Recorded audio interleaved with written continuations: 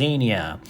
All right, so this is from the plate 27 of the Book of the Dead of Ani. This is the Bennu Bird, which is a representation of... thank you so much. Appreciate it, Fariha. All right, so this is the Bennu Bird, which is known as the self-created bird from the primordial mound that rose out of the chaotic waters of Nu. So the Bennu Bird represents Ra. It is a personification of Ra, mostly Khepri, the scarab beetle that you could see over here.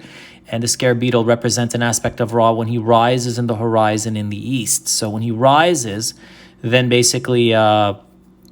that's where he is the representation. He is known in mythology to have cackled or cried out to the rising of the sun. So when the sun rises, he is known to cry out for Ra's coming. And here there is an offering of lotus, which is known as Rejuvenation of Life. This is usually the Egyptians always position this in their face. Basically, they're asking for life because the flower or the lotus in the lake in the day flowers and at night it closes and comes back down. So it's always resurrecting, rejuvenating. The Egyptians were very careful, were very keen to seeing these type of little details in ancient Egypt to make sure that things are actually represented. They paid attention to the cycle of their lives, of the animals. They saw life and its creation and everything around them, so they always found some symbolism. And here there is basically a burning stand for fire or flame or even a little bit of oil, so you can burn a candle in there and little flowers, and it's an offering. Could be oil, could be a jar of different things. All right, so just a couple of things. So here you see the name of the Bennu, so you'll catch it over here. The Bennu, so B-N-U, so Bennu, and that's the determinative for the bird, which is right over here, the larger image. So Bennu, which is the Bennu bird. And over here you have the word yesterday, the god of yesterday. So this is another aspect of the Bennu. He is the yesterday. All right, so this is it, everyone. This is copied from the Book of the Dead of Ani, plate 27, chapter 83. You can find that in the Book of Ani. I pretty much copied it right from there. And this is going something called retrograde. So the way it moves is it moves from... The hieroglyphs are moving from left to right, even though you're reading it from right to left. So instead of reading it from the canonical direction, the canonical direction like this, you're going to go up and down, up and down, up and down. But we're not doing that. This is something known as a retrograde. The Egyptians did this. It's basically where you're reading from left to right, but your hieroglyphs are going this way. So you're reading like this, like that, like this, like that, like that. So it's the opposite direction. Now, the reason being is from phonology and Egyptology and many different research and academics, the only reasonable answer, which is not definite, we're inferring this, is that the Egyptians had a strong belief in their Book of the Dead. When they wrote it, they made it go from east to west. So from the rising and the setting. So this text is moving from east to west to the very end. So from birth to death. So that's why they're doing that. But that's only our assumption. We don't really know. All right. Thank you so much for the waves, guys. So here it is. So let's get into the reading so you know what this is. So I'm going to see if I can position this down like that. And I'm just going to go in. Oops, sorry. I'm just going to zoom in and then you'll know what the hieroglyphs mean. You can watch my videos. Oops, sorry. Cancel. You can watch my videos on YouTube. All right. And my videos will pretty much, I've translated the entire Book of the Dead, all 37 plates. It took about 4.5 years, if not more. But it's done. And you can go word for word. So you can learn the words instead of just reading a paraphrase like most people do. They'll just give you a paraphrase. No, I'm giving you the word for word. So you know everything is divided in lines. So you know where everything is. It's boring. It's slow. But hey, if you want to learn hieroglyphs, that's a great way to do it. All right, I'm sorry I can't read all your comments. What we're doing here is now the reading. So right over here, it starts red. Now, why is it in red? Some people ask me. Well, usually in Egyptian, when you're starting an idea or you're starting a new thought or you're expressing something that you want people to pay attention to, it's written in red first. It's almost like consider like capital, like making a letter, putting a period and putting a capital or separating paragraphs. So it's a new idea. And that's how the Egyptians did it. They didn't split it up and say, well, we're going to create some space. They didn't do that. They utilized all the space. They made sure that it just continued on. All right, so here it is, everyone. Let's get to it. So this is the Bennu Bird. I just zoomed in. So for all of you tuning in, this is the Bennu Bird. This is about the Bennu Bird, but it's many aspects of the Bennu. All right. I'm seeing if I can add some weight to this thing. Doesn't keep bouncing, but I guess not. All right, so the first thing you're going to see here is the word to be. So the irit. You see the eye with a little bread loaf down here. That's irit. Maybe I can zoom in a little more. See if that's good. That's right. Okay. So To be transformed. So kepri here, you see kepriu, this is another word for transformation, to be transformed. So from the scarab beetle down all the way to the three dots for plurality, that's to be transformed. So to be transformed, and then the preposition as, which is the M, as, and now we're shifting over here, the Bennu bird. So to be, this is a chapter for basically being transformed into a Bennu bird. You see this red Bennu? It's right over here. It's identical. So you could tell that they're the same. The only missing thing is the little oil pot, which is the nu.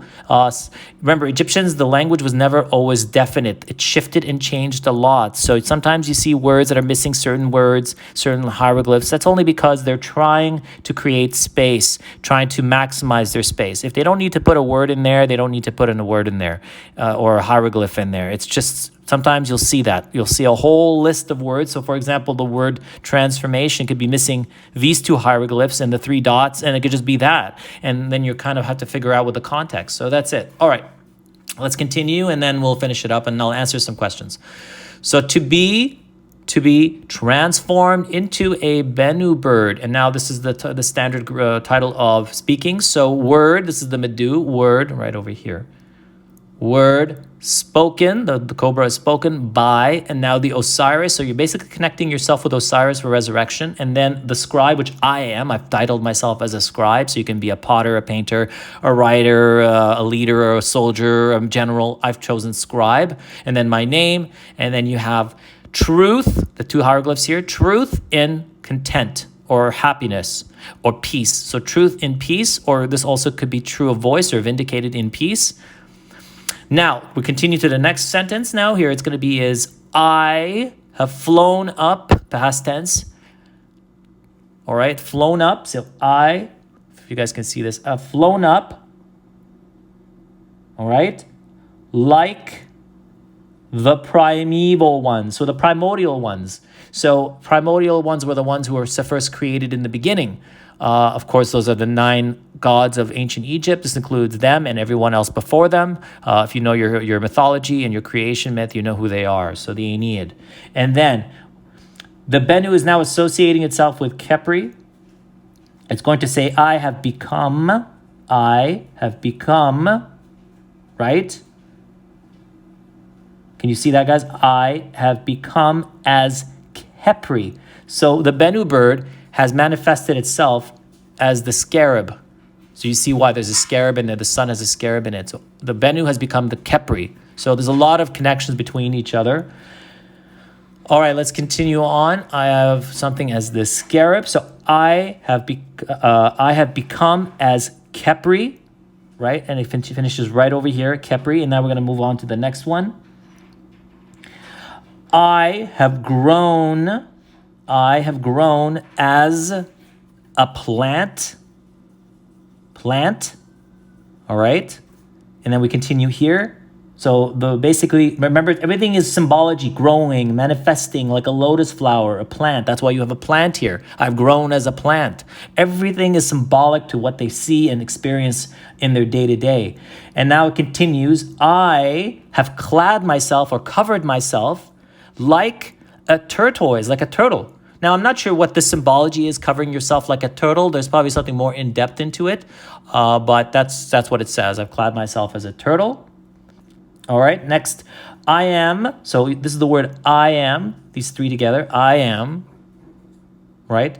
The essence, all right? The essence or the spirit, the essence of every, so the word of, preposition, every god. So I am the essence of every god. So Khepri is saying that the Bennu is the essence of every god. It encompasses all the gods, every one of them. So that's what it's saying to itself. All right, continuing on. I am this yesterday of the four. Now, this could be the sons of Horus, the four, but I'm not too familiar with as to what it is. You have to remember the Book of the Dead is and the pyramid text and the coffin texts are very difficult to understand sometimes. We can read them, but we don't really know the meaning of them. It's like having expressions of, like we do, or idioms, just difficult things that we don't understand if we don't live with them. But we're learning every day. We're understanding what the four means. Like we know, we'll figure it out. I'm sure we know, I'm just not too familiar with it. But I am this yesterday of the four, and of those, right up here, you could see those. Let me get it over here. those 7 uriai. So the uriai, the 7 snakes. So uriai, and here you see the number 7. Count it 1, 2, 3, 4, and then 1, 2, 3. The 7 uriai. All right.